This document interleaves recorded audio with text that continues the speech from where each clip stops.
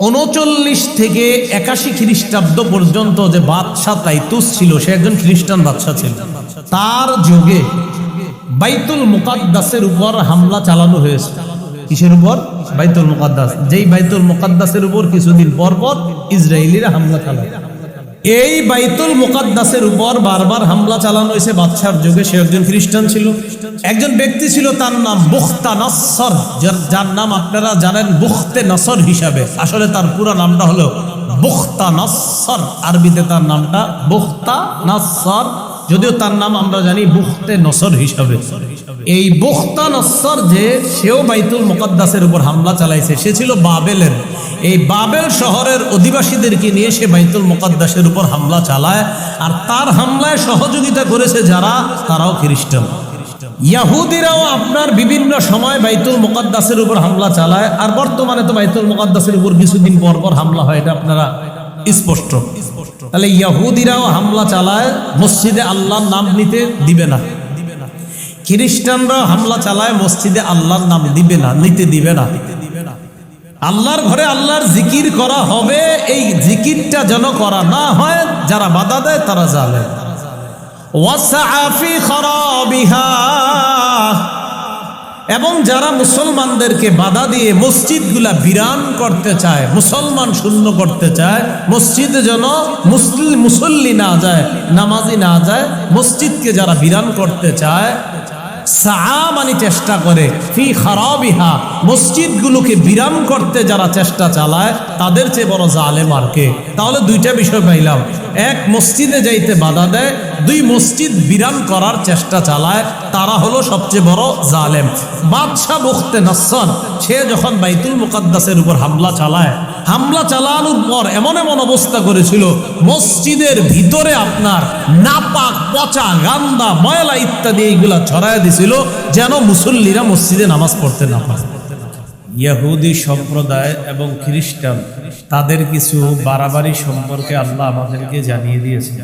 তো বাড়াবাড়ি আলোচনা করবে ইহুদি খ্রিস্টানদের ব্যাপারে। এই বাড়াবাড়ি অভ্যাসটা যেন আমাদের মধ্যে না থাকে, না আসে। একগুয়েমি, এই অভ্যাসও যেন আমাদের মধ্যে না আসে। আমি যেটা বলবো এটাই সঠিক, আর কারোটা সঠিক না। এই অভ্যাস যেন আমাদের মধ্যে না আসে, যে আমারটাই সঠিক আর কারোটা সঠিক না। নাউজুবিল্লাহ। এই জাতীয় মানসিকতা যেন আমাদের মধ্যে না আসে। পৃথিবীর এক ব্যক্তির সব সঠিক হওয়া কি জরুরি বলেন? তাহলে আমি সঠিক আর কেউ সঠিক না, এই চিন্তাধারা কি না সঠিক না। তো দেখেন আল্লাহ পাক রব্বুল আলামিন সূরা বাকারার 111 নম্বর আয়াতে বলেন, ওয়াকালু লা ইয়াদখুলাল জান্নাতা ইল্লা মান কানা হুদান আও নাসারা। ইহুদি সম্প্রদায় বলে, লা ইয়াদখুলাল জান্নাতা, কিছুতেই জান্নাতে কেউ প্রবেশ করতে পারবে না, ইল্লা মান কানা হুদা, যতক্ষণ না পর্যন্ত কেউ ইহুদি না হয়। সোজা কথা, ইহুদি ছাড়া কেউ জান্নাতে কিছুতেই প্রবেশ করতে পারবে না, এটা ইহুদিদের দাবি। নাউজুবিল্লাহ বলি আমরা। তাহলে ইহুদিদের দাবি, ইহুদি ছাড়া কিছুতেই কেউ জান্নাতে প্রবেশ করতে পারবে না, এটা তাদের দাবি। ইল্লা মান কানা হুদান আও নাসারা, এই আও নাসারা দ্বারা উদ্দেশ্য হলো, এবং খ্রিস্টানদের দাবি, খ্রিস্টান ছাড়া কেউ কিছুতেই জান্নাতে প্রবেশ করতে পারবে না। তাহলে দুই দলের দাবি। ইহুদিরা কয় আমরাই খালি যাবো জান্নাতে, খ্রিস্টানরা কয় না আমরাই যাবো আর কেউ যাবে। তাহলে দুই দলের দাবি, এরাই জান্নাতে যাবে আর কেউ যাবে না। ইহুদিরা কয় শুধু আমরা, খ্রিস্টানরা কয় শুধু আমরা। আল্লাহ পাক রব্বুল আলামিন নবীর মাধ্যমে জবাব দিয়ে দিচ্ছেন, তিলকা আমানিয়ুহুম, এটা তাদের আশা, এটা তাদের আশা। কুল হাতু বুরহানাকুম ইন কুনতুম সাদিকিন, আপনি তাদেরকে বলেন, তোমরা যদি তোমাদের দাবিতে সত্যবাদী হও, ও ইহুদিরা তোমরা বলো যে কেউ যদি ইহুদি না হয় তাহলে কিছুতেই জান্নাতে যেতে পারবে না। ও খ্রিস্টান সম্প্রদায়, তোমাদের দাবি কেউ যদি খ্রিস্টান না হয় তাহলে কিছুতেই জান্নাতে যেতে পারবে না। নবী আপনি তাদেরকে বলেন, তোমরা যদি তোমাদের এই দাবিতে সত্যবাদী হও তাহলে প্রমাণ পেশ করো যে আমাদের কাছে প্রমাণ আছে, আমরা ছাড়া কেউ জান্নাতে যাব না। এরকম যদি কোনো প্রমাণ থাকে আমার কাছে তোমরা পেশ করো। তাহলে ইহুদিদের দাবি তারাই শুধু জান্নাতে যাবে, আল্লাহ কয় নবী প্রমাণ চান। খ্রিস্টানদের দাবি আমরাই শুধু জান্নাতে যাব, আল্লাহ কয় নবী প্রমাণ চান। এরাই যে শুধু জান্নাতে যাবে এই কথা কই লেখা আছে? তো আল্লাহ পাক রব্বুল আলামিন যদিও বলে দিয়েছেন তিলকা আমানিয়ুহুম, এটা তাদের আশা। এই ডায়লগটা কিন্তু আমরাও একজন আরেকজনের সময় দিই, কয় কি আমি এটা করবো এটা করবো, স্বপ্নই দেখতে থাকি, বলি না? তাহলে স্বপ্ন আশা, এই আশা শুধু করতে থাকো, কিন্তু এই আশা কখনো বাস্তবায়ন হবে না। এবার 112 নম্বর আয়াতে আল্লাহ একটা সুন্দর জবাব দিয়ে দিচ্ছেন, বালা মান আসলামা ওয়াজহাহু লিল্লাহ। হ্যাঁ, কেউ যদি তার চেহারাটা আল্লাহর কাছে ঝুঁকিয়ে দেয়, কেউ যদি নিজেকে আল্লাহর কাছে সঁপে দেয়, কেউ যদি আল্লাহর কাছে আত্মসমর্পণ করে, অর্থাৎ যদি কেউ মুসলমান হয় তথা আল্লাহর কাছে সারেন্ডার করে, ওয়াহুয়া মুহসিন, এই মুহসিন মানে মুত্তাবিউন শরীআতান নবী সাল্লাল্লাহু আলাইহি ওয়াসাল্লাম, মুহাম্মদ সাল্লাল্লাহু আলাইহি সাল্লামের শরীয়তের অনুসরণ করে। তো আল্লাহ বলেন কেউ যদি আল্লাহর কাছে নিজেকে সঁপে দেয় আর মুহাম্মদ সাল্লাল্লাহু আলাইহি সাল্লামের শরীয়তের অনুসরণ করে, ফালাহু আজরুহু ইনদা রাব্বি, তার জন্য তার রবের কাছে রয়েছে পুরস্কার। ওয়ালা খাউফুন আলাইহিম ওয়ালা হুম ইয়াহজানুন, নবী বলেন তাদের কোনো ভয় নাই, তাদের কোনো চিন্তাও হবে না। আমি আল্লাহ ভয়হীন চিন্তাবিহীন তাদেরকে জান্নাতে দেব। তাহলে এবার আল্লাহ জবাব দিয়ে দিলেন, ইহুদিরা কয় আমরাই যাবো জান্নাতে, খ্রিস্টানরা কয় শুধু আমরা যাব। আল্লাহ কয় আশা, আশা, এটা শুধু আশা, এর সপক্ষে দলিল নাই। হ্যাঁ, নবী বলেন ইহুদিদের কেউ যদি মুসলমান হয় আর আপনার শরীয়তের অনুসরণ করে, খ্রিস্টানদের কেউ যদি মুসলমান হয় আর আপনার শরীয়তের অনুসরণ করে, সারা পৃথিবীর কেউ যদি মুসলমান হয় আর আপনার শরীয়ত অনুযায়ী চলে, তাদেরকে ভয় ছাড়া চিন্তা ছাড়া জান্নাত দিব, আমার কাছে তাদের জন্য পুরস্কার। এতটুকু বুঝেননি আপনারা? তো বুঝে থাকলে সূরা বাকারার 111-12 নম্বর আয়াত বুঝে ফেলছি আমরা, বলেন আলহামদুলিল্লাহ। এবার সূরা বাকারার 113 নম্বর আয়াত, وقالت اليهود ليست النصارى على شيء। এবার ইহুদিদের আরেকটা কথা, ইহুদি সম্প্রদায় আর খ্রিস্টান সম্প্রদায়, ফ্যানের সমস্যা বন্ধ করে দেন, সমস্যা না, বন্ধ করে দেন। হ্যাঁ, এখন আমি আপনাদেরকে বলি, আমারে এখন দেখবেন যে ঘামানোর কারণে কেউ টেনশনে পড়ে যাবেন না, আর এই মনে খুব কষ্ট হইতেছে, এই হিসেবে এদিক ওদিক অনেকে তাকায়, ভাই এটা করো এটা করো, নিষ্টেনশনে শুনতে থাকেন। আমার ঘামাইলে ঘামাক, আপনারা শুনেন মন দিয়ে। হ্যাঁ, এই যে চাওয়া চাওয়াই শুরু হয়ে যাবে যে ভাই ফ্যান আনেন এটা আনেন না, কিচ্ছু না, একদম চুপচাপ মন দিয়ে শোনেন। গরমে ঘামাইবো না তো কি আরাম লাগবো নাকি? ঘামাইবই তো, এটা তো একটা সহজ বিষয়, এই জন্য টেনশনের কিছু না, মন দিয়ে শোনেন। সূরা বাকারার 113 নম্বর আয়াত, এই আয়াতেও আল্লাহ ইহুদি খ্রিস্টানদের আরেকটা বিষয় সম্পর্কে আলোচনা করেছে। আপনাদের হাসি উঠবে বিষয়টা শুনলে, দেখেন কি করে। রাসূলুল্লাহ সাল্লাল্লাহু আলাইহি সাল্লামের কাছে একবার নাজরান সম্প্রদায়ের খ্রিস্টানরা আসলো, মনে থাকবে নি, নাজরান কি নাম? এটা গোত্র। এই গোত্রের খ্রিস্টানরা রাসূলুল্লাহ সাল্লাল্লাহু আলাইহি সাল্লামের কাছে আসার পর আতাতহুম আহবারু ইয়াহুদ, ইহুদিদের বড় বড় আলেম যারা, তারাও নবীর কাছে আসছে। তাহলে আগে আসলো কারা? খ্রিস্টানরা, নাজরানের খ্রিস্টানরা। তো খ্রিস্টানরা যে নবীর কাছে আসছে, তখন আবার ইহুদিদের বড় বড় আলেমরাও নবীর কাছে আসছে। আসার পর কথাবার্তা চলতেছে, চলার এক পর্যায়ে ইহুদিদের একজন, তার নাম রাফি', বলেন তো কি নাম? রাফে। এই রাফে নবীর সামনে খ্রিস্টানদেরকে বলে ফেললো, লাস্তুম আলা শাই, তুমগো ধর্মের কোনো ভিত্তি নেই। ইহুদিদের এক আলেম নাম রাফে খ্রিস্টানদেরকে বলল, লাস্তুম আলা শাই, তুমগো ধর্মের কোনো ভিত্তি নেই। এই কথা শুই না খ্রিস্টানদের একজনের খুব রাগ উঠে গেছে, সে আবার পাল্টা বলল, লাস্তুম আলা শাই, তুমগো ধর্মের কোনো ভিত্তি নেই। আল্লাহ জানে, বুঝছেন কি? ইহুদিরা বলল তুমগো ধর্মের কোনো ভিত্তি নেই, খ্রিস্টানদের একজন পাল্টা জবাব দিল, তুমগোটার কোনো ভিত্তি নেই। তাহলে দুই দলের উপর অভিযোগ যে তোমাদের ধর্মের কোনো ভিত্তি নেই। তাহলে ফলাফল কি দাঁড়ায়? কারোটার কোনো ভিত্তি নেই। এটাই তো, এক দলের কাছে আরেক দলের ভিত্তি নেই। আল্লাহ পাক রব্বুল আলামিন তাদের ব্যাপারে সূরা বাকারার 113 নম্বর আয়াতটা নাজিল করে আল্লাহ জানায়া দেয়, وقالت اليهود ليست النصارى على شيء। ইহুদি সম্প্রদায় কয় লাইসাতিন নাসারা আলা শাই, খ্রিস্টানদের ধর্মের কোনো ভিত্তি নাই।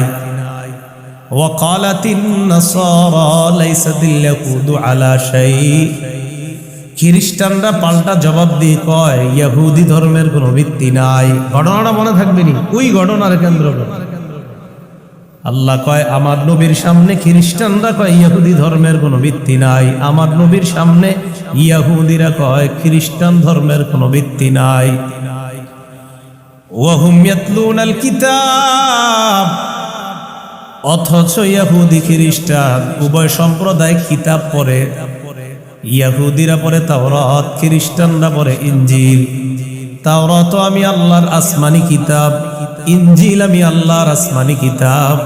এই আসমানি কিতাব পইরাও তারা কয় তোমাদের ধর্মের কোনো ভিত্তি নাই, আর তারা তাদেরকে কয় তোমাদের ধর্মেরও কোনো ভিত্তি নাই। উভয় দল কোন কিতাব পড়ে? বলেন আসমানি কিতাব। বলেন উভয় দল কি পড়ে? যেমন কথার কথা, আপনাদের এলাকার আপন দুই ভাই, একজনে সুদ খান আর একজন খান না। আল্লাহ কয় দুই ভাই তো কোরআন জানে, কোরআন পড়ে, দুই ভাই জানে কোরআনের মধ্যে আছে সুদ হারাম, একজন মানে আর একজন মানে না। আসেনি? আরে সুদ যে হারাম এটা কে না জানে? আওয়াজ দিয়ে আনফরচুনেটলি হালকা হয়ে গেল আপনাদের। সুদ এটা শুনছেননি কোনোদিন? তো সুদ হারাম এটা সবাই জানেনি। যারা খায় এরাও জানে হারাম, যারা খায় না তারাও জানে কি? উভয় দল জানে যে কোরআনে আছে সুদ হারাম। তাহলে দুই দলই কোরআন জানে, যাই না একদল মানতেছে আর একদল মানে না। এটা কি খালি ইহুদি খ্রিস্টানদের স্বভাব না? আমাদের মাঝে এই স্বভাব আছে। তো আল্লাহ কয় দুই দলই কিতাব পড়ে, পইরা একদল আরেক দলরা কয় তোমরা ঠিক না, এরা কয় তোমরা ঠিক না। এখন তৃতীয় আরেকটা দলের কথা আল্লাহ বলতেছে। বলেন তো দুই দল কি? ইহুদি আর খ্রিস্টান। দেখেন তৃতীয় কি কয়, কাযালিকা ক্বালাল্লাযীনা লা ইয়া'লামুনা মিসলা ক্বাউলিহিম, তাদের মতো অনুরূপ কথা বলে আরেক দল যারা জানে না। তাদের মতো অনুরূপ কথা বলে আরেক দল যারা জানে না। তাহলে এখানে তিনটা দলের নাম পাইলাম, খুব মন দেন। এক দল ইহুদি, আরেক দল খ্রিস্টান, আরেক দল হলো যারা জানে না। এক দল ইহুদি, আরেক দল খ্রিস্টান, আরেক দল যারা জানে না। ইহুদিরা কয় খ্রিস্টান ধর্মের ভিত্তি নাই, খ্রিস্টানরা কয় ইহুদি ধর্মের ভিত্তি নাই। আল্লাহ কয় আরেকটা দল আছে যারা জানে না, যারা কিতাবাদি কিচ্ছু বুঝে না, এরাও তাদের মতো কথা বলে। এখন আমরা বের করব এরা আবার কারা? যারা জানে না।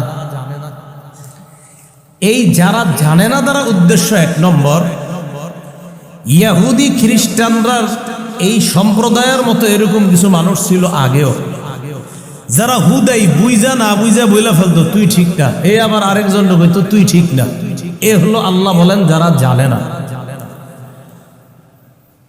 আবার এই যারা জানে না দ্বারা উদ্দেশ্য হলো মুশরিকু মক্কা, মক্কার মুশরিকরা। কারা?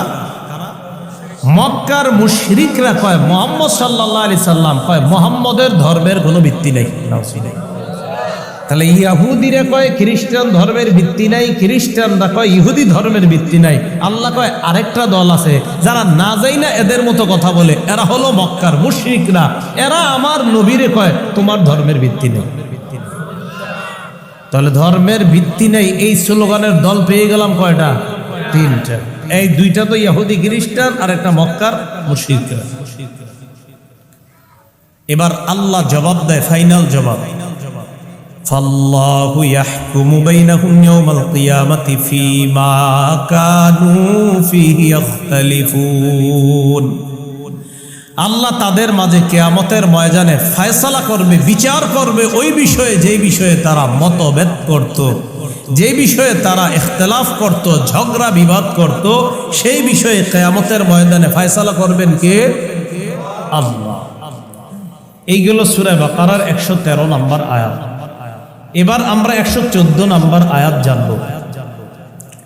114 নম্বর আয়াতটা জানার আগে আমরা কয়েকটা বিষয় মনে রাখবো। বলেন তো তাইতুস, বলেন সবাই তাইতুস কি? তাইতুস এক বাদশার নাম। কি নাম?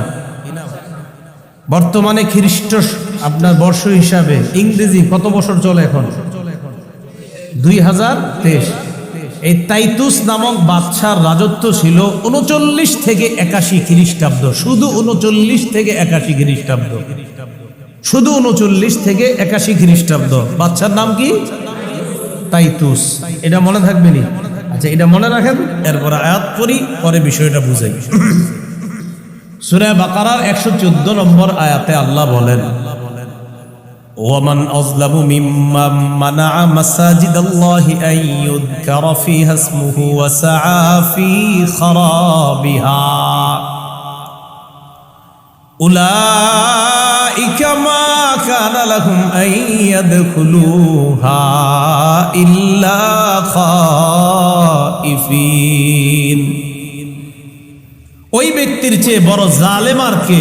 যেই ব্যক্তি মানাআ বাধা দেয় মাসাজিদাল্লাহি আইয়ুযকারা ফীহা ইসমুহু, যেই ব্যক্তি মানুষকে আল্লাহর ঘর মসজিদ থেকে বাধা দেয়, আইয়ুযকারা ফীহা ইসমুহু, আল্লাহর ঘরে আল্লাহর নাম নেওয়া হবে, এই আল্লাহর নাম নেওয়া থেকে মুসলমানদেরকে, মুসল্লিদেরকে যারা বাধা দেয়, আল্লাহ কয় তাদের চেয়ে জালেম আর কে?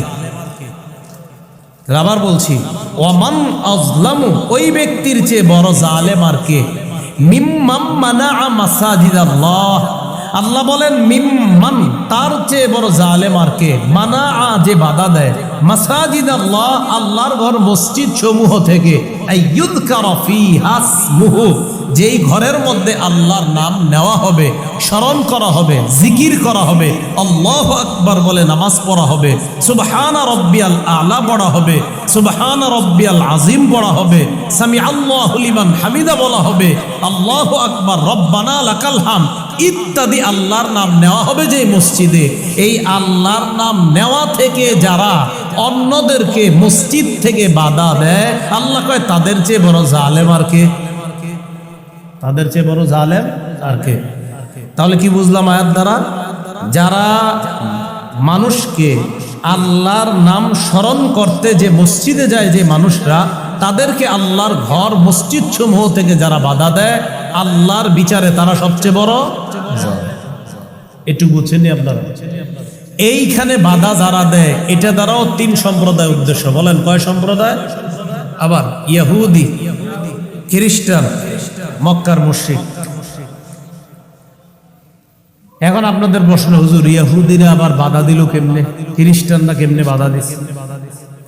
একজন বাদশার নাম মুখস্থ করাইছে। কি নাম? এই তো মাশাআল্লাহ, তাইতুস। খ্রিস্ট 39 থেকে 81 খ্রিস্টাব্দ পর্যন্ত যে বাদশা তাইতুস ছিল, সে একজন খ্রিস্টান বাদশা ছিল। তার যুগে বাইতুল মুকাদ্দাসের উপর হামলা চালানো হয়েছে। কিসের উপর? বাইতুল মুকাদ্দাস। যেই বাইতুল মুকাদ্দাসের উপর কিছুদিন পর পর ইসরায়েলিরা হামলা চালায়। এই বাইতুল মুকাদ্দাসের উপর বারবার হামলা চালানো হয়েছে বাদশার যুগে। সে একজন খ্রিস্টান ছিল। একজন ব্যক্তি ছিল, তার নাম বুখতা নাসর, যার নাম আপনারা জানেন বুখতে নসর হিসাবে। আসলে তার পুরো নামটা হলো বুখতা নাসর, আরবিতে তার নামটা বুখতা নাসর, যদিও তার নাম আমরা জানি বুখতে নসর হিসাবে। এই বুখতানসর যে সেও বাইতুল মুকাদ্দাসের উপর হামলা চালাইছে, সে ছিল বাবেলের। এই বাবেল শহরের অধিবাসীদেরকে নিয়ে সে বাইতুল মুকাদ্দাসের উপর হামলা চালায়, আর তার হামলায় সহযোগিতা করেছে যারা, তারাও খ্রিস্টান। তারা কারা? ইয়াহুদিরাও আপনার বিভিন্ন সময় বাইতুল মুকাদ্দাসের উপর হামলা চালায়, আর বর্তমানে তো বাইতুল মুকাদ্দাসের উপর কিছুদিন পর পর হামলা হয়, এটা আপনারা স্পষ্ট। তাহলে ইয়াহুদিরাও হামলা চালায়, মসজিদে আল্লাহর নাম নিতে দিবে না। খ্রিস্টানরাও হামলা চালায়, মসজিদে আল্লাহর নাম দিবে না, নিতে দিবে না। মক্কার মুশরিকরা কি করলো? আমার নবী সাহাবায়ে কেরামকে নিয়ে বাইতুল্লাহ জিয়ারতের উদ্দেশ্যে আসছে। বাইতুল্লাহ জিয়ারতের উদ্দেশ্যে আসার পর হুদাইবিয়া নামক এক জায়গায় আমার নবীকে আর সাহাবীদেরকে আটকায় দিল। নবীর জন্মস্থান, বাপের বাড়ি, মায়ের বাড়ি যেখানে, সেখানে ঢুকতে দিচ্ছে না, হয় না ঢুকতে পারবে না। নবী কয় আমরা আল্লাহর ঘর জিয়ারত করব, সমস্যা কি? হয় না, এখানে ঢুকতে দেওয়া হবে না।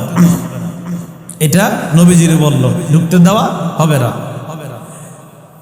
তো রাসূলুল্লাহ সাল্লাল্লাহু আলাইহি সাল্লামকে এইভাবে বাধা দেওয়ার পর নবীজি সাল্লাল্লাহু আলাইহি সাল্লাম চলে গেলেন। আপনারা জানেন লম্বা আলোচনা, হুদাইবিয়ার আলোচনাটা। সেখান থেকে নবীজি সাল্লাল্লাহু আলাইহি সাল্লাম সাহাবীদেরকে নিয়ে চলেও গেছেন। তো এই যে বাধা দিল, বলেন তো নবীজি আল্লাহর ঘরে আসবে, এই আল্লাহর ঘরে আসা থেকে যে বাধা দিল, আল্লাহ কয় এরাও জালেম।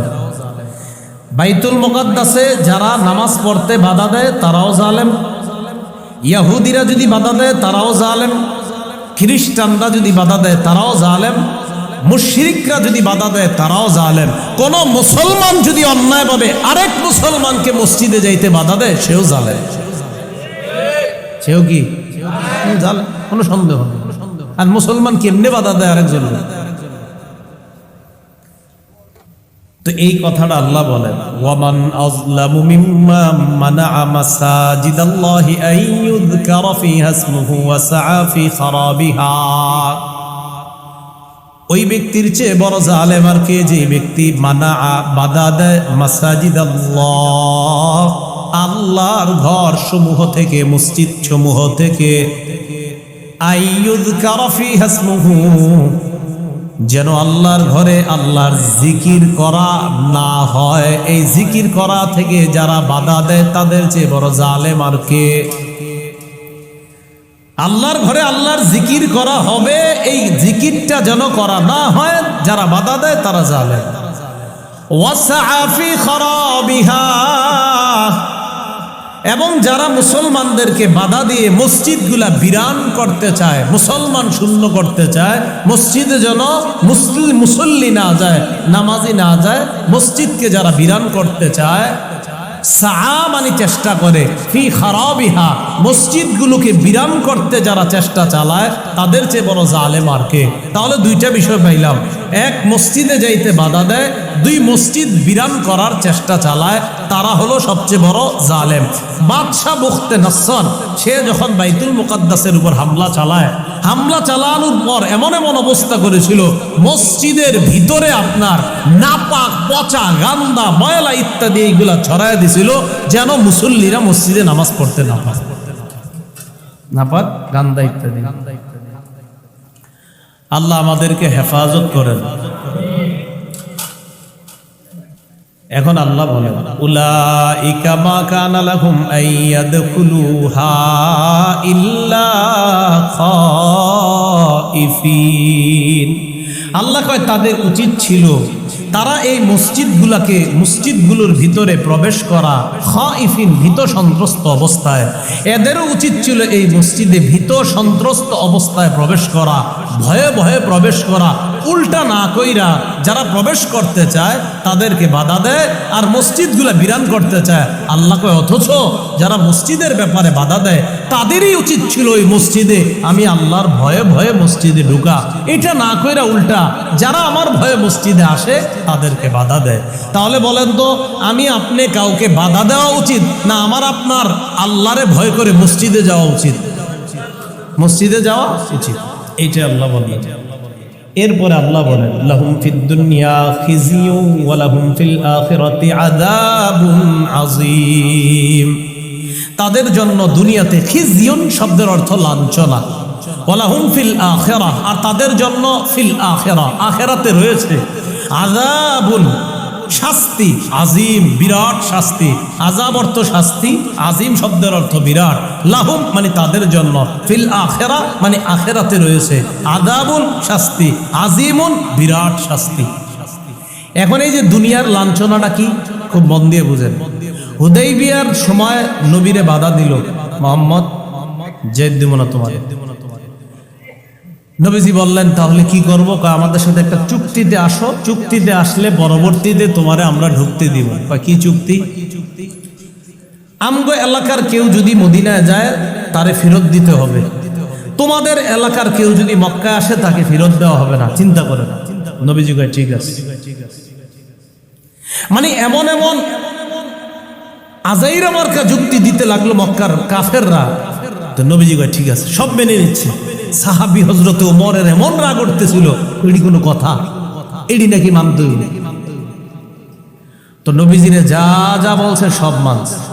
হযরত ওমর আল্লাহ রাসূলকে কয় হুজুর এটা কেমন কথা? এরা যা যা বলবে আমরা মেনে নিব। নবীজি কয় ওমর থামো। ইতিমধ্যে আল্লাহ পাক রব্বুল আলামিন কোরআনের আয়াত নাজিল করে দিলেন, ইন্না ফাতাহনা লাকা ফাতহাম মুবিনা, হাবিব নিশ্চয়ই আমি আপনাকে স্পষ্ট বিজয় দান করছি। হযরত ওমর কয় হুজুর এটা বিজয়? এটা বুঝি বিজয়? আমরা সব মাইনা টাইনা চলে যাইতেছি, এটারে বিজয় কেমনে কয়? তো রাসূল সাল্লাল্লাহু আলাইহি সাল্লাম বলে ওমর এটাই বিজয়। কিভাবে? এর আপনার যখন মক্কা বিজয়ের সময় রাসূলুল্লাহ সাল্লাল্লাহু আলাইহি সাল্লাম সাহাবায়ে কেরামকে নিয়ে বিজয়ের বেশে যখন মক্কায় প্রবেশ করলেন, হযরত ওমরের তখন বুঝে এসে গেছে যে আসলেই তো এটাই বিজয়। আর হুদাইবিয়া সন্ধির পরে নবীর এই চরিত্র মাধুর্যতা যখন দেখছে কাফেররা চারদিক থেকে, যে এত বড় একজন ব্যক্তিত্ব নিজের বাবা মার এলাকায় ঢুকতে দেয় নাই, আর সব তিনি মেনে নিয়ে আবার মদিনায় চলে গেছেন, এই মানুষের মতো চরিত্র তার হতেই পারে না। দলে দলে চারদিকে মুসলমান হওয়া শুরু হয়েছে। আল্লাহ কয় এটাই তো বিজয়। এখন তো আপনি কিছু কিছু সাহাবী নিয়ে ঢুকবেন, যখন আপনি যাবেন কয়েকদিন পরে বীরের বেশে যখন যাবেন, তখন আপনার সাথে কিছু না আরো বেশি থাকবে। ঠিকই নবীজি যখন ঢুকলেন, ঢুকার পরে বেঈমানরা এত ভয়ে সবাই যার যার মতো আছে। নবীজি ঘোষণা দিলেন আবু সুফিয়ানের ঘরে যারা ঢুকবে তারা নিরাপদ, কয়েকটা ঘোষণা দিলেন। এরপরে রাসূলুল্লাহ সাল্লাল্লাহু আলাইহি সাল্লাম মক্কার সমস্ত বেঈমান মুশরিক আর মুসলমান যারা সবার সামনে যখন নবীজি দাঁড়াইলেন, বিজয়ের ভেসে যখন দাঁড়াইলেন, দাঁড়ানোর পর আল্লাহ পাক রব্বুল আলামিন বলেন লাহুম ফিদ দুনিয়া খিজিয়ুন, তাদের জন্য দুনিয়াতে লাঞ্ছনা। মুসলমান তোমরা তাকায়া দেখো, যেই বেঈমানরা কয়েক বছর আগে নবীর ঢুকতে দেয় নাই, আজকে লাঞ্ছিত অবস্থায় সবগুলা বিড়ালের মতো চুপচাপ আছে। এটাই আমি আল্লাহর ওয়াদা। বাধা দিছে আল্লাহ, কয় বাধা দেওয়ার কারণে দেখো দুনিয়াতে লাঞ্ছনা, এখন সবগুলা চুপচাপ। নবীজি কয় আমার কাছে কি আশা করো তোমরা? আমরা তো আশা করি আপনি আমাদেরকে ক্ষমা করে দিবেন। নবীজি কয়েকজনের নাম নিলেন, কোন বর্ণনায় 11 জনের নাম নিলেন, নিয়ে বললেন এই 11 জন ছাড়া যারা আছে সবাই আমি মাফ করে দিচ্ছি। এখন বলেন কিছু কিছু ক্ষেত্রে মাফ করাটাও কিন্তু বীরত্বের পরিচয়, যে তোমরা না আমারে বাধা দিছিলা, তোমরা না আমারে কি করছিলা, দেখো আমি আজকে আমার সামর্থ্য শক্তি সব থাকার পরও আমি তোমাদেরকে কিছু বলি নাই, এমনি ছেড়ে দিলাম, এটাও লাঞ্ছনা কম কিসের? তো আল্লাহ পাক রব্বুল আলামিন বলেন দুনিয়াতে তাদের জন্য লাঞ্ছনা, আখিরাতে তাদের জন্য কঠিন শাস্তি। তো যেই বিষয়টা আমরা বুঝলাম, আমরা কখনো কোনো মুসলমানকে মসজিদে যেতে বাধা দিব না, উল্টা আমরা নিজেরাই আল্লাহর ভয়ে মসজিদে প্রবেশ করার চেষ্টা করব বেশি বেশি। আল্লাহ তৌফিক দান করুন। সূরা বাকারার 115 নম্বর আয়াত। এই আয়াতটা বুঝার আগে বুঝেন খুব মনোযোগ দিয়ে। ইহুদি আর খ্রিস্টানদের পছন্দের কিবলা হলো বাইতুল মুকাদ্দাস, মক্কার মুশরিকদের আবার পছন্দের কিবলা হলো কাবা। মুশরিকদের, তাহলে ইহুদি খ্রিস্টানদের পছন্দের কিবলা বাইতুল মুকাদ্দাস, আর মক্কার মুশরিকরা এরা তো আপনার উলঙ্গ হয়েও কাবার পাশে তওয়াফ করতো, মানে খুব ভক্তি করে, এত ভক্তি যে উলঙ্গ হয়েও আপনার অনেক সময় তওয়াফ করতো। মানে এটা হলো যে কি এই সব খুইলা তওয়াফ করে পবিত্র হইতে হইব, এই তো যাই হোক, এটা হলো অতিরিক্ত বুঝলে যাওয়া আর কি আপনার। তো মক্কার মুশরিকদের পছন্দের কেবলা হলো কাবা, আল্লাহর ঘর, আর ইহুদি খ্রিস্টানদের পছন্দের কেবলা হলো বাইতুল মুকাদ্দাস, সেটাও কার ঘর? আল্লাহর ঘর। ঘটনাচক্রে যারা মুসলমান হয়, নবীজির হাতে আপনার কালিমা পরে যারা মুসলমান হয়, তাদেরও পছন্দের কেবলা কাবা। এবার বুঝছেন কি কথাটা? মুসলমানদের যখন আপনার মুসলমান হয় যারা, তারাও কাবার দিকে ফিরেই নামাজ আদায় করে, আর তাদেরও পছন্দের কেবলা কাবা। তাহলে আমরা মুসলমান ছাড়া বাকি তিন দল নেই। ইহুদি আর খ্রিস্টানদের পছন্দের কেবলা হলো বাইতুল মুকাদ্দাস, মুশরিকদের পছন্দের কেবলা হলো কাবা, আর মুসলমান যারা নতুন নতুন মুসলমান হয় তাদেরও পছন্দের কেবলা কাবা। এক পর্যায়ে আল্লাহ হুকুম দিলেন নবীজিকে আর সাহাবায়ে কেরামকে যে আপনারা বাইতুল মুকাদ্দাসের দিকে ফিরে নামাজ আদায় করেন। নবী এবং সাহাবায়ে কেরাম বাইতুল মুকাদ্দাসের দিকে ফিরে আপনার অনেক মাস নামাজ আদায় করছে, প্রায় 16-17 মাস নামাজ আদায় করছে। তো যেই মাত্র নাকি আল্লাহ মুসলমানদেরকে বলছে বাইতুল মুকাদ্দাসের দিকে ফিরে নামাজ আদায় করার জন্য, তখন ইহুদি খ্রিস্টানরা মক্কার মুশরিকদেরকে বলতে লাগলো, দেখছো আমগো কেবলাটাই আল্লাহর বেশি পছন্দ, এই কারণে তো মুসলমানদেরকে বাধ্য করছে আমগোটার দিকে ফিরে নামাজ পড়ার জন্য। এটা ইহুদি খ্রিস্টানদের দাবি, দেখছো আমগোটাই সেরা। তো আল্লাহ পাক রব্বুল আলামিন একটা নির্দিষ্ট সময় পর্যন্ত ওই দিক কেবলা রাইখা রাসূলুল্লাহ সাল্লাল্লাহু আলাইহি সাল্লাম একদিন নামাজের মধ্যে নামাজরত অবস্থায় আল্লাহ পাক রব্বুল আলামিন কেবলা বাইতুল মুকাদ্দাসের পরিবর্তে কাবাকে আল্লাহ কেবলা হিসাবে আবার ঘোষণা করলেন। তাহলে বোঝা গেল এবার দ্বন্দ্বটা কি নিয়ে? কেবলা। ইহুদি খ্রিস্টানরা কয় বাইতুল মুকাদ্দাস, মুশরিকরা কয় কাবা। আল্লাহ কয় ওয়ালিল্লাহিল মাশরিকু ওয়াল মাগরিব ফাইনামা তুওয়াল্লু ফাসাম্মা ওয়াজহুল্লাহ। পূর্ব পশ্চিম সব আল্লাহর, দিক যেদিকেই ফিরো সব আমি আল্লাহর। ফাইনামা তুওয়াল্লু, যেদিকেই ফিরবা, ফাসাম্মা ওয়াজহুল্লাহ, সেদিকে আমাকে পাবে। পূর্ব পশ্চিম, আরে পূর্ব পশ্চিম, উত্তর দক্ষিণ, আল্লাহর উদ্দেশ্য পূর্ব পশ্চিম দ্বারা বলার উদ্দেশ্য হলো পূর্ব পশ্চিম বলো, উত্তর দক্ষিণ বলো, সবই আমার। ফাইনামা তুয়াল্লু, তুমি যেদিকেই ফিরবা, ফাসাম্মা ওয়াজহুল্লাহ, সেদিকেই আল্লাহকে পাবা। এটা আল্লাহ কেন বললেন? যে দেখো বাইতুল মুকাদ্দাস কেবলা, এটাও আমার হুকুম, কাবা কেবলা, এটাও আমার হুকুম। হ্যাঁ, বাইতুল মুকাদ্দাসের দিকে যতদিন সালাত আদায় করেছিলা তখনও আমাকেই সেখানে পাইবা, আবার কাবার দিকে যখন নামাজ আদায় করবা সেখানেও আমাকে পাইবা, পূর্ব পশ্চিম সব জায়গায় আমাকে পাইবা। বাকি আমার হুকুম পালন করা, এটা হলো জরুরি বিষয়। এখন আমার হুকুম হলো কাবার দিকে ফিরে নামাজ আদায় করা, বাস এই কাবার দিকে নামাজ আদায় করা, এটাই হলো আমাকে মহব্বত করার পরিচয়। কিন্তু পূর্ব পশ্চিম সবই আমার, কিন্তু হুকুম পালন করা, এটা হলো বান্দা আমার কাছে নত হওয়ার পরিচয়। এটা দিয়ে আরো সুন্দর একটা উদাহরণ দিই। আমি আপনাদের এই কুমিল্লা আসলাম, কথার কথা, কুমিল্লা তো আমারও, আপনাদের না শুধু, আমার বাড়িও জানদিন। তো কুমিল্লা আসলাম, আসার পর এমন একটা জায়গায় গেছি যেই জায়গায় যাওয়ার পর আমি কাউরে পাইতেছি না, নামাজ পড়বো কোন দিকে ফিরা। তো আমার মনে হইতেছে আপনার ঘটনাচক্রে দক্ষিণ দিকটারে মনে হইতেছে এটাই মনে হয় পশ্চিম। আল্লাহু আকবার, দাঁড়ায় গেলাম।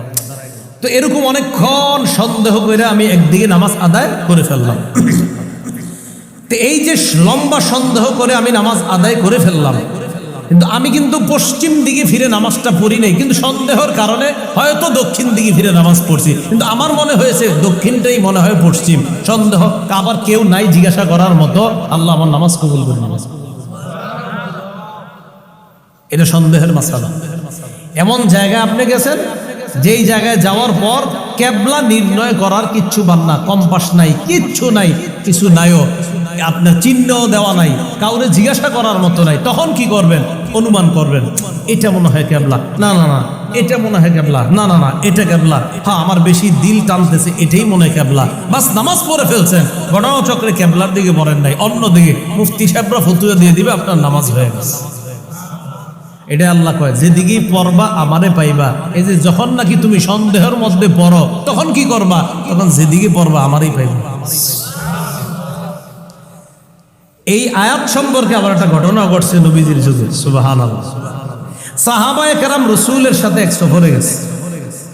যাওয়ার পর তো ওই যুগে সফর যারা করতো, কারো আপনার বাহন ছিল, কারো ছিল না, কেউ হাইটা কেউ বাহনে। তো যারা হাইটা সফরে আছে, আপনারা জানেন যে হয়তো 2-3 মাইল ডিস্টেন্স হয়ে যায় তাদেরকে ধরতে ধরতে। তো সাহাবায়ে কেরামের মধ্যে একদল কি করছে, হঠাৎ এমন জায়গায় গিয়ে পৌঁছে যেই জায়গায় কেবলা নির্ণয় করতে পারতেছে না। এটা না না না, এটা না, এটা মনে হয় না, না ওইটা, এরকম কেবলা নির্ণয় করতে পারতেছে না। অনুমান করে সাহাবায়ে কেরাম নামাজ পড়ে ফেলছে। পরের দিন আল্লাহ রসুলকে জানাইছে, ইয়া রসুল আল্লাহ, আমরা তো কেবলা নির্ণয় করতে পারছিলাম না, এখন আমরা অনুমান করে একদিকে নামাজ আদায় করে ফেলছি। নবীজি সাল্লাল্লাহু আলাইহি সাল্লাম এই কথা শোনার পর আল্লাহ বলে দিলেন, হাবিব জানায়া দেন, ওয়ালিল্লাহিল মাশরিক ওয়াল মাগরিব, পূর্ব পশ্চিম সব আমার, দিক দিগন্ত সব আমার। অনুমান কইরা বিপদে পড়ছে, কেবলা নির্ণয় করতে পারছে না, কি করবে? তখন যেইভাবে নামাজ আদায় করছে সেদিকেই আমাকে পেয়ে গিয়েছে, নামাজ আদায় হয়ে গেছে। আপনারা কিন্তু আবার এই কাম করেন, আপনারা কি চিনেন না পশ্চিম কোনটা এলাকার? না না, আপনি পূর্ব দিকে পুরো বললেন যে না হুজুর তো কয়ে গেছে, একদিকে বললে না, এটা হলো জেনে যদি আপনি কেবলা নির্ণয় করতে না পারেন। এখন এই জায়গায় যারা আছি আমরা তো সবাই জানি কেবলা কাবা কোনটা, অতএব এখানে আল্লাহর হুকুম এটাই মানতে হবে। হ্যাঁ, যেখানে পারতেছি না কোনটা কাবা, তখন আল্লাহ বলেন সমস্যা নাই, অনুমান করে একদিকে পড়ো, আমারই পাবা। সুবহানাল্লাহ। তাহলে মাসালা কিন্তু ভুলভাবে বুঝলে হবে না। আচ্ছা, আর বাংলাদেশে এখন এই বিপদে পড়বেন না, যেখানেই যাবেন ইনশাল্লাহ লোক পেয়ে যাবেন, বলে দিবে কোনটা পশ্চিম। এরপরে আল্লাহ পাক রব্বুল আলামিন বলেন, ইন্নাল্লাহা ওয়াসিউন আলিম, নিশ্চয় আল্লাহ সর্বব্যাপী, আলিম সর্বজ্ঞ, সবচেয়ে বেশি জ্ঞানী। আল্লাহ সর্বব্যাপী, সব জায়গায় আল্লাহ, যেখানেই ফিরবেন, যেখানেই খুঁজবেন আল্লাহকে পেয়ে যাবেন। এই গেল 115 নাম্বার আয়াত। এবার 116 নাম্বার আয়াতটা দেখেন, এটা শুনলে আপনাদের একটা হাসি উঠবে। এবার আবার 3 দল। ইহুদিরা কয় উজাইর নবী আল্লাহর ছেলে, খ্রিস্টানরা কয় ঈসা নবী আল্লাহর ছেলে, মক্কার মুশরিকরা কয় ফেরেশতারা আল্লাহর মেয়ে। তাহলে ইহুদিরা কয় উজাইর নবী আল্লাহর ছেলে, খ্রিস্টানরা কয় ঈসা নবী আল্লাহর ছেলে, মক্কার মুশরিকরা কয় ফেরেশতারা, এগুলো মনে আল্লাহর মেয়ে। তাদের জবাবে আল্লাহ বলেন, ওয়াকালু ইত্তাখাযাল্লাহু ওয়ালাদান সুবহানাহ, তারা বলে আল্লাহ সন্তান গ্রহণ করেছে। সুবহানা, আল্লাহ পুত পবিত্র। হাবিব আপনি জানায় দেন, ইহুদিরা কয় আমি আল্লাহ নাকি উজাইর আমার ছেলে, এটা বলে ইহুদিরা। খ্রিস্টানরা কয় ঈসা নবী নাকি আমি আল্লাহর সন্তান, মুশরিকরা কয় ফেরেশতারা নাকি আমি আল্লাহর কন্যা। আপনি জানায়া দেন, ওয়াকালু, তারা বলে ইত্তাখাযাল্লাহ, আল্লাহ গ্রহণ করেছেন ওয়ালাদা, সন্তান।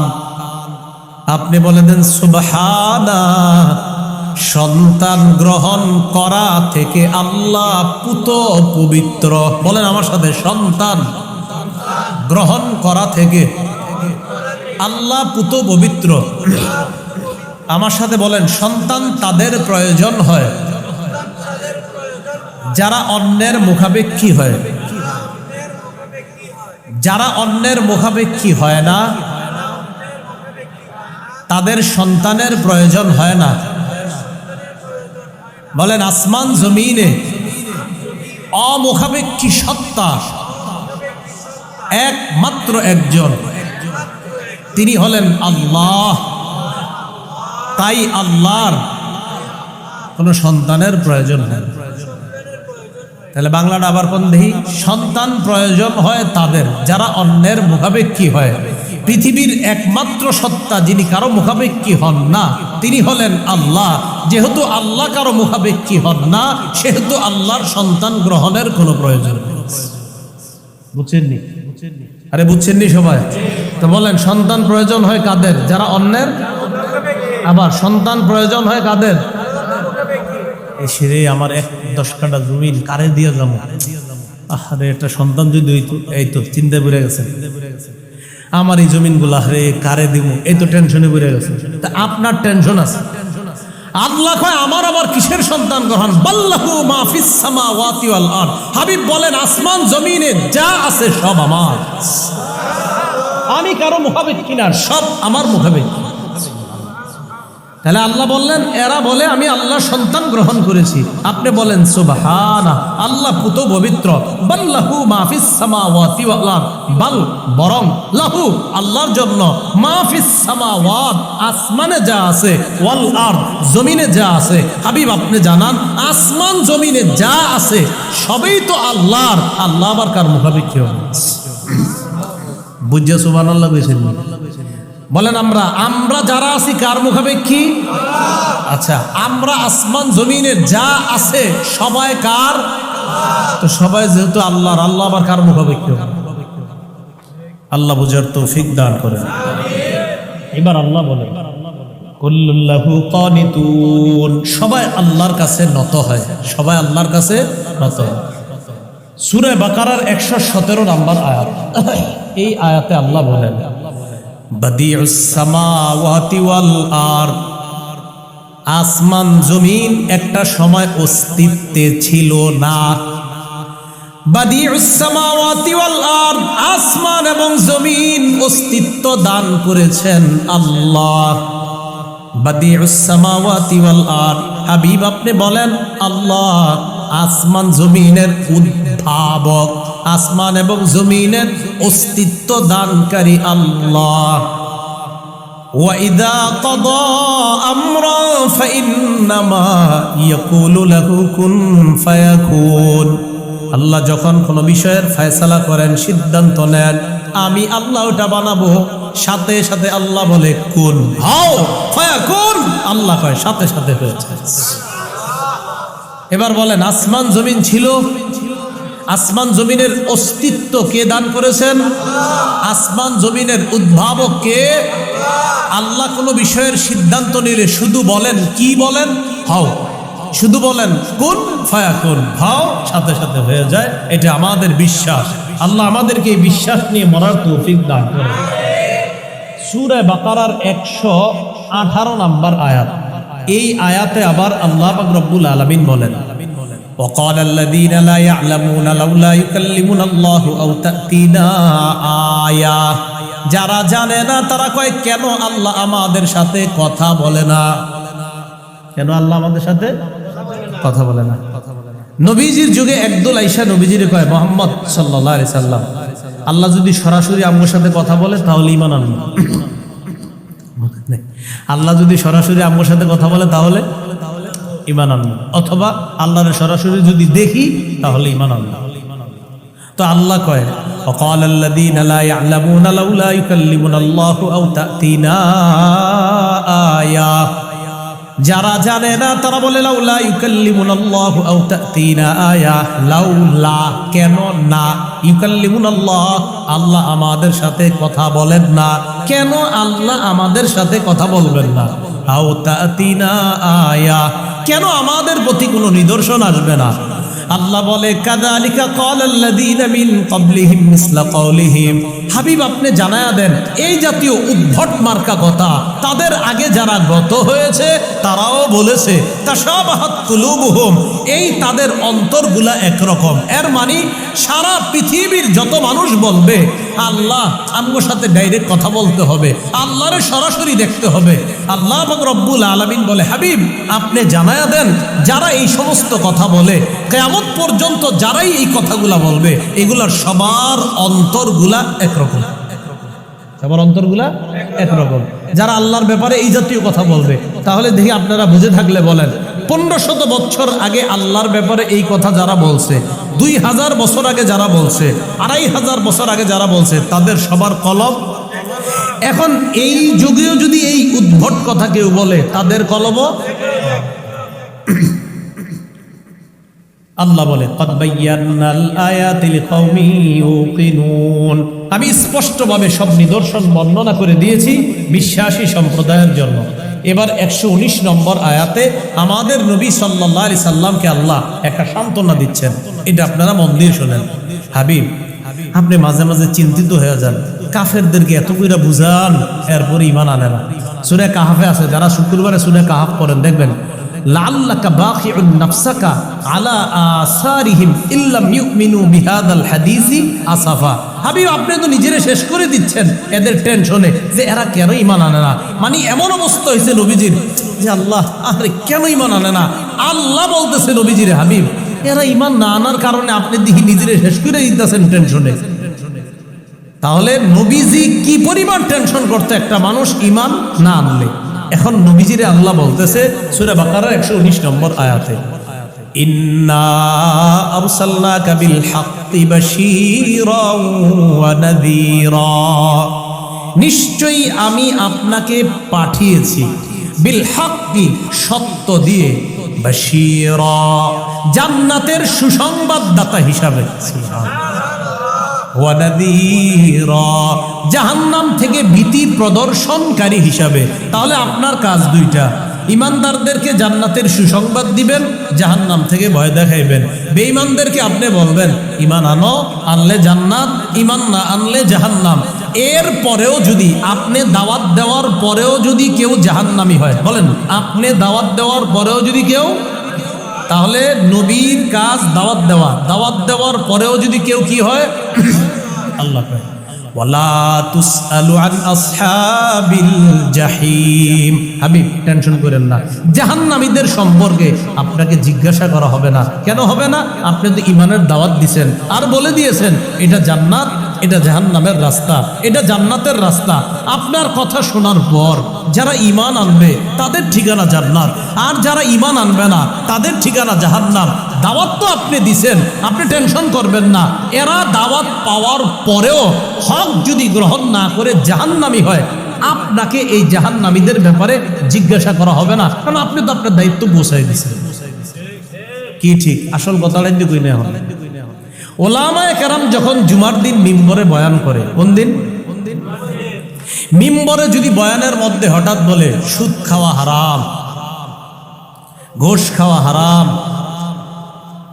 জমিন অমুক সিস্টেমে, অমুক ভাবে, অমুকের কাছে এই সিস্টেমে লাগানো এটা হারাম যদি বলে, অমুক সিস্টেমে ওই সিস্টেমে এইভাবে করা হারাম যদি বলে, হঠাৎ যদি আপনি বলেন হুজুরে তো গত 1.5 বছর সুন্দর বয়ানই করছে, আজকে জুমার দিন আপনি হঠাৎ এই বয়ানটা করা দরকার কি?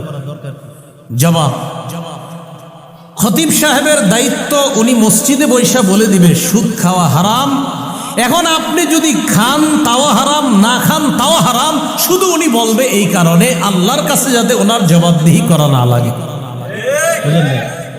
মাহফিলে আইসা কোনো আলোচক যদি বলে দেয় যে দেখেন ভাই, বিবিরে পর্দায় রাখেন, বিবিকে আপনি পর্দায় রাখেন, না হয় কিন্তু আপনার বিবির কারণে আপনিও জাহান্নামী হতে পারেন, দাইয়ুস আপনাকে জাহান্নামে নিতে পারে, দাইয়ুস আপনাকে জাহান্নামে নিয়ে যেতে পারে, কোনো আলেম বলে দিল। এখন আপনি চিন্তা করলেন আমার বিবি তো পর্দা করে না, আমার বিবি তো একটু স্টাইলিশ হয়ে চলাটা আমারও ভালো লাগে, আপনি চিন্তা করলেন। এখন এই ভালো লাগার কারণে বললেন এই হুজুরটা মডার্ন না, হুজুর স্মার্ট না, আনস্মার্ট হুজুর। হুজুর আনস্মার্ট হোক আর স্মার্ট হোক, পর্দা করা ফরজ, এটা ইসলামের অলঙ্ঘনীয় বিধান।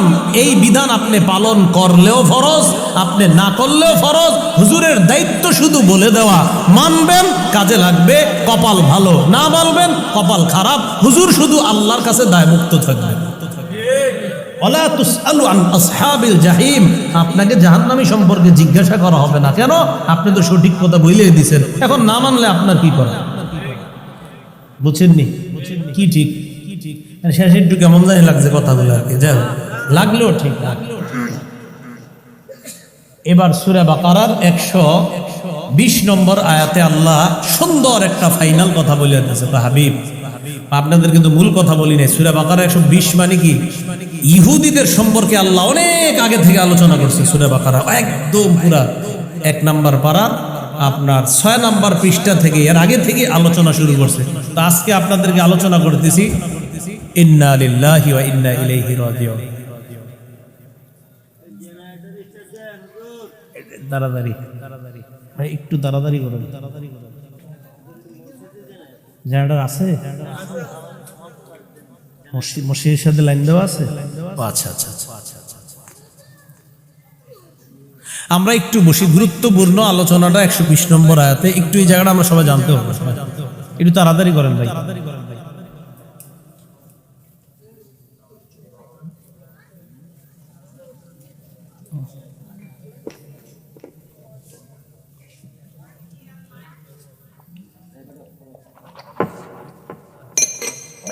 আমরা সবাই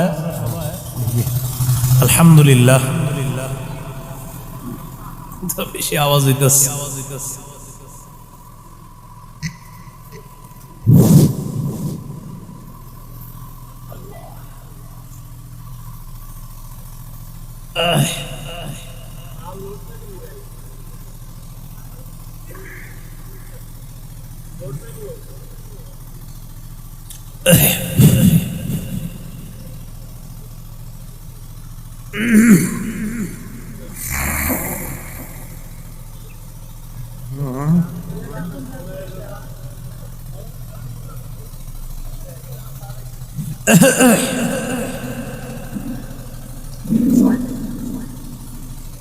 আমরা একটু মনোযোগ দিয়ে শুনেন, জেনারেটর আওয়াজ যেহেতু এই জন্য হয়তো বুঝতে একটু কষ্ট হবে। আশা করি মন দিয়ে যদি শুনেন, সামান্য একটু অংশ বুঝলে ইনশাল্লাহ আমাদের মূল বিষয়গুলো বুঝে আসবে। এই জায়গায় আল্লাহ পাক রব্বুল আলামিন 120 নম্বর আয়াতে একটা কথা বলবেন ইহুদিদের ব্যাপারে, খ্রিস্টানদের ব্যাপারে। কি বলবে যে হাবিব, এই ইহুদি খ্রিস্টানদেরকে আপনি জীবনেও খুশি করতে পারবেন না। কি করতে পারবেন না? কেন?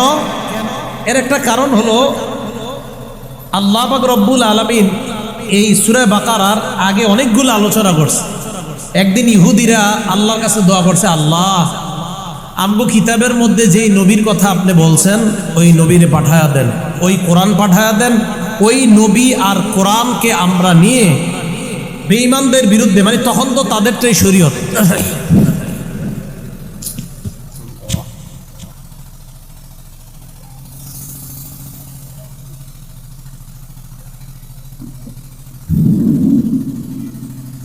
ইহুদি খ্রিস্টানরা বিভিন্ন সময় দোয়া করতো, আল্লাহ আপনি মুহাম্মদ সাল্লাল্লাহু আলাইহি সাল্লামকে পাঠান, কোরআন পাঠান, আমরা তাকে মানব, কোরআনকেও মানব।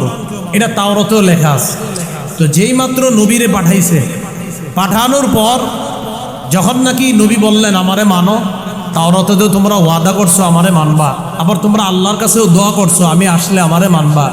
তো আমগো নবীরে ইহুদিরা কয়, আপনি যে নবী হবেন তাওরাতে লেখা আছে এই কথা ঠিক, কোরআন আপনি নিয়ে আসবেন এটাও ঠিক, তবে আপনার বংশটা আমগো পছন্দ হয়নি। কি বংশ? আপনি যদি বনি ইসরাইলের বংশের হইতেন আপনারা মাইনা নিতাম, আপনি তো ইসমাইল নবীর বংশের। কোন নবী? ইসমাইল নবী, এই জন্য আপনারা মানবো না। এই গেল একটা, নাউজুবিল্লাহ। আরেকবার নবীজির কাছে আসার পর নবীজিরে বলে, আপনারা 3টা প্রশ্ন করবো, যদি জবাব দিতে পারেন ঈমান আনবো। নবীজি কয় করো।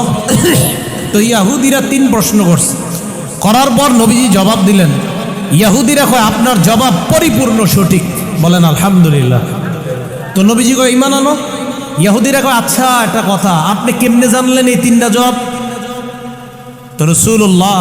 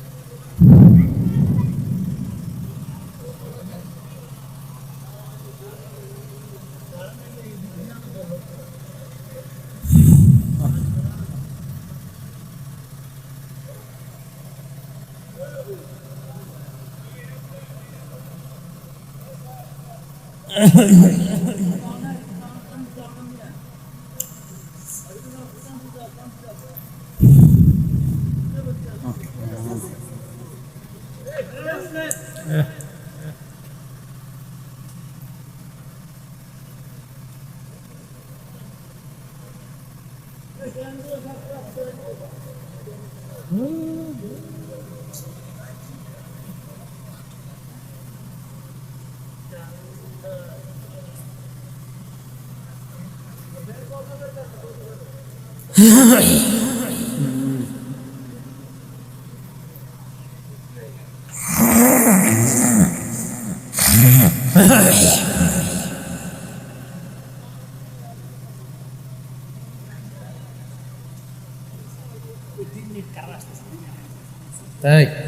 তাড়াতাড়ি গুরুত্বপূর্ণ অংশটা না বললে একদম ঝামেলা।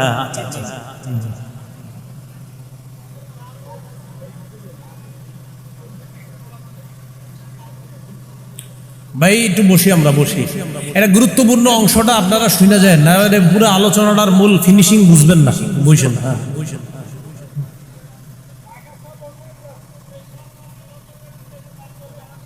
আলহামদুলিল্লাহ বলেন, সবাই বলেন আলহামদুলিল্লাহ। কথা না বললে একটু মন দিয়ে এক জায়গায় ইহুদিরা আল্লাহর কাছে দোয়া করছে, ওই সময় আপনারা একটু মন দিয়ে বুঝেন যে আল্লাহ নবীরে পাঠান, কোরআন পাঠান, আমরা এই নবীর সাথে থাইকা পুত্তলিকদের বিরুদ্ধে জিহাদ করব। নবীরেও পাঠাইলেন, কোরআন পাঠাইলেন। তো নবীজি কয় আমি আসলে না, তোমরা ঈমান আনবা। ঈমান আনো। আপনার সব ঠিক আছে, তাওরাতে বর্ণিত যা আছে সব মিলছে ঠিক, কিন্তু আমরা তো মনে করছি আপনি আমগো বংশের হইবেন, কারণ আপনি ইসমাইল নবীর বংশের, যেহেতু ঈমান আনবো না। নাউজুবিল্লাহ। নবীর কাছে 3 প্রশ্ন করছে আয়েশা। নবীজি 3 প্রশ্নের জবাব দিলে ঈমান আনবে, তারা ওয়াদা করছে। তো রাসূলুল্লাহ সাল্লাল্লাহু আলাইহি সাল্লাম বললেন ঈমান আনো। আচ্ছা আপনি 3 প্রশ্নের জবাব কেমনে জানছেন? নবীজি বললেন খাব্বারানি জিবরিল আনিফা। জিবরিল মাত্র আয়েশা 3 প্রশ্নের উত্তর আমারে জানাই দিছে। ইহুদিরা কয় জিব্রাইল? কয় হ্যাঁ। কয় তো আমগো শত্রু, ঈমান আনবো না। জিবরিল আমগো শত্রু, এটা আছে সূরা বাকারাত, কুল মান কানা আদুওয়াল লিজিবরিল, লম্বা আলোচনা। তাই তো আমগো শত্রু, ঈমান আনবো না। আচ্ছা এইগুলো আরেকটা। এরপরে আপনার রাসূলুল্লাহ সাল্লাল্লাহু আলাইহি ওয়াসাল্লামকে বিভিন্ন সময় তারা ওয়াদা করতো ঈমান আনবে এইভাবে সেইভাবে, কিন্তু এরা ঈমান আনতো না। এরপরে আল্লাহ জাদু সম্পর্কে আলোচনা করছে। জাদু 15 নম্বর পৃষ্ঠায়। ইহুদিরা নবীজির মুখে সুলাইমান নবীর নাম শুনছে। কোন নবী? তো নবীজির আচ্ছা সুলাইমান নামে যার নাম বলতেছেন আপনি, এটা কে? তো আমাদের নবীজি কয় তিনি দাউদ নবীর সন্তান সুলাইমান নবী। কয় উনি তো নবী না, উনি জাদুকর। নাউজুবিল্লাহ পড়েন। তো আল্লাহ পাক রব্বুল আলামিন কয় এদেরকে আপনি জানায়া দেন সুলাইমান নবী জাদুকর না, সুলাইমান নবীর রাজত্বে কিছু জাদুকর জাদুবিদ্যা দুনিয়াতে প্রচার প্রসার করছে, নবী সুলাইমান জাদুকর না। ইহুদিরা বাড়ায় বাড়ায় নবীজিরে বলছে সুলাইমান নবী তো কাফের। নাউজুবিল্লাহ। আল্লাহ কয় ওমা কাফার সুলাইমান, সুলাইমান নবী কুফরি করে নাই। তো এই সব বলে টলে এক এক সময় এক একটা কয়, যদি ওটা করেন ঈমান আনবো, ওটা করলে ঈমান আনবো। শেষে আল্লাহ সূরা বাকারার 120 নম্বর আয়াত বলার আগে দেখেন আমরা এতক্ষণ জানছি কি, এরা কয় আমরা একমাত্র জান্নাতে যাব। আল্লাহ কয় বলেন এগুলা আশা আশা। এরপরে এরা বলল ইহুদি খ্রিস্টানদের কয় তোমাদের ধর্মের ভিত্তি নেই, খ্রিস্টানরা কয় তোমগো ভিত্তি নেই, মুশরিকরা কয় আপনাদের ভিত্তি নেই। আল্লাহ পাক রব্বুল আলামিন বলে এদেরকে বলে দেন যারা এই জাতীয় কথা বলে দুনিয়ায় লাঞ্ছনা, আখিরাতে আযাব। এরপরে আল্লাহ বললেন যারা মসজিদ থেকে বাধা দেয় এরা জালেম। ইহুদিরাও বাধা দিছে, খ্রিস্টানরাও বাধা দিছে, মক্কার মুশরিকরাও বাধা দিছে। এগুলো আমরা আলোচনা করছি না? হ্যাঁ। তো শেষে আইসা 120 নম্বর আয়াতে আল্লাহ কয় হাবিব এবার আপনারা আমি একটা কথা বলি, ওয়ালান তারদা আনকাল ইয়াহুদু ওয়ালান নাসারা হাত্তা তাত্তাবিআ মিল্লাতাহুম। হাবিব এরা আপনার প্রতি সন্তুষ্ট হবে একটা কাম করলে। কয়টা? এছাড়া সন্তুষ্ট হবে না। কয় কি? কয় ইহুদি এবং খ্রিস্টান তারদা কিছুতেই সন্তুষ্ট হবে না আনকা আপনার প্রতি, আল ইহুদু ইহুদিরা, ওয়ালান নাসারা খ্রিস্টানরা। আল্লাহ কয় ইহুদি খ্রিস্টানরা কিছুতেই আপনার প্রতি সন্তুষ্ট হবে না হাত্তা তাত্তাবিআ মিল্লাতাহুম, যতক্ষণ তাদের ধর্ম অনুসরণ না করেন। কি অনুসরণ না করেন? 5 কেজি দুধ 10 কেজি দুধ এটি দিয়ে আপনার বলবে আইসা বড় ইসলাম ছাড়ো, এটা জানেননি? হ্যাঁ 10 কেজি দুধ 20 কেজি দুধ এটি দিয়া মাসে মাসে আপনার ছেলেরে পড়ানোর ব্যবস্থা করবে, মেয়েরে পড়ানোর ব্যবস্থা করবে, এগুলা বইলা বইলা আপনারা বলবে ইসলাম ছাড়ো, বলেন নাউজুবিল্লাহ। তো আল্লাহ বলে হাবিব আপনি যতক্ষণ তাদের ধর্ম না মানবেন তারা আপনার প্রতি সন্তুষ্ট হবে না। এরপর আল্লাহ নবীজির একটা কথা বলছে, যে কথাটা মূলত আমারে আপনারে বলছে, তবে নবীজিরে আল্লাহ বলার পরে আমাদেরকে বুঝায়, দেখো এত বড় একজন ব্যক্তিরে আমি আল্লাহ এই কথাটা বলছি, তো তোমাদের কি অবস্থা হবে কি? ওয়ালাইন ইত্তাবাতা আহওয়াআহুম বা'দাল্লাযী জাআকা মিনাল ইলম। হাবিব আপনার কাছে কোরআন হাদিসের সঠিক জ্ঞান থাকার পরেও, আপনার কাছে কোরআনের সঠিক জ্ঞান আসার পরেও যদি আপনি ইহুদি খ্রিস্টানদের অনুসরণ করেন, নবী যে কোনোদিন করবে না এটা আল্লাহ জানেন, নবী কোনোদিন কখনো এরকম কাজ কোনো নবী করবে না এটা আল্লাহ জানে। এরপরেও আল্লাহ আমাদের নবী, আল্লাহর পরে যিনি শ্রেষ্ঠ তাকে আল্লাহ বলতেছে, হাবিব আপনার কাছে কোরআনের জ্ঞান আসার পরেও যদি আপনি এই ইহুদি খ্রিস্টানদের অনুসরণ করেন, কি হবে? মালাকা মিনাল্লাহি মিন ওয়ালি, আল্লাহর পক্ষ থেকে আপনি কোনো বন্ধু পাবেন না, ওয়ালা নাসির, কোনো সাহায্যকারী পাবেন না। নবীজিরে আল্লাহ ধমকটা দিছে, আসলে আমি বলে দিছি যে তোমরা যদি কোরআন হাদিসের জ্ঞান আসার পরেও কোরআন হাদিস না মাইনা অন্য কিছু মানো, তো আল্লাহর পক্ষ থেকে কোনো বন্ধু পাবা না, সাহায্যকারী পাবা না। এজন্য আমার সাথে এখন আরেকটা বাংলা শিখবেন আপনারা, বলেন আমার সাথে, ব্যক্তি সত্তার কারণে আল্লাহ তাআলার নিকট কারো গুরুত্ব ও মর্যাদা বাড়ে না, বরং আল্লাহ তাআলার কাছে ব্যক্তির গুরুত্ব ও মর্যাদা বাড়ে আল্লাহর আনুগত্যের কারণে। তাহলে ব্যক্তি সত্তার কারণে আল্লাহর কাছে কারো মর্যাদা বা গুরুত্ব বাড়ে না, বরং আল্লাহর আনুগত্যের কারণে আল্লাহর কাছে ব্যক্তির মর্যাদা ও গুরুত্ব বাড়ে। যেটা আল্লাহ নবীরে বললেন, হাবিব আপনি একজন নবী, আপনার অনেক মর্যাদা ঠিক আছে, তবে আপনার ব্যক্তি সত্তার কারণে আপনার মর্যাদা না, বরং আপনি যে আমার গোলাম, আপনি যে আমার কাছে অনুগত, আপনি হাবিব যে আমার কাছে আত্মসমর্পণ করেন, এই জন্য আমার পরে আমি, যেহেতু আপনি সবচেয়ে বেশি গোলামি করেন আমার, তাই আমার পরে এই পৃথিবীতে সবচেয়ে শ্রেষ্ঠ আপনি। মানুষের মধ্যে আল্লাহর সবচেয়ে বেশি গোলামি, আল্লাহর সবচেয়ে বেশি দাসত্ব, আব্দিয়ত, আব্দুন, এই পরিচয়টা আমার নবী বেশি দিছে। তাই নবীজিরে বললেন, হাবিব ব্যক্তি সত্তার কারণে কিন্তু আপনারও মর্যাদা বাড়ে না, কারো মর্যাদা বাড়বে না। হ্যাঁ, আপনি গোলামি করার কারণে আপনার মর্যাদা সবচেয়ে বেশি হয়ে গিয়েছে। কিয়ামত পর্যন্ত যারা আমার গোলামি করবে এইভাবে তাদের মর্যাদা বাড়বে। কি কথাটা মনে থাকবে তো সবার? তাহলে ব্যক্তি সত্তা, আমি শেখুল হাদিস, মুফতি, মুহাদ্দিস, 10টা মাদ্রাসার মুতামিম, 25টা মাদ্রাসার অমুক তমুক, এই কারণে আমার মর্যাদা বাড়বে, বরং আল্লাহর আনুগত্যের কারণে মর্যাদা বাড়বে। এই জন্য তো আল্লাহ কোরআনে কি বলছে দেখেন তো, সুবহানাল্লাযী আসরা বিআবদিহি, পুত্র পবিত্রতা বর্ণনা করছি ওই সত্তার যিনি তার বান্দাকে নিয়ে গিয়েছেন মিনাল মসজিদিল হারাম, মসজিদে হারাম থেকে ইলাল মসজিদিল আকসা, মসজিদে আকসা পর্যন্ত।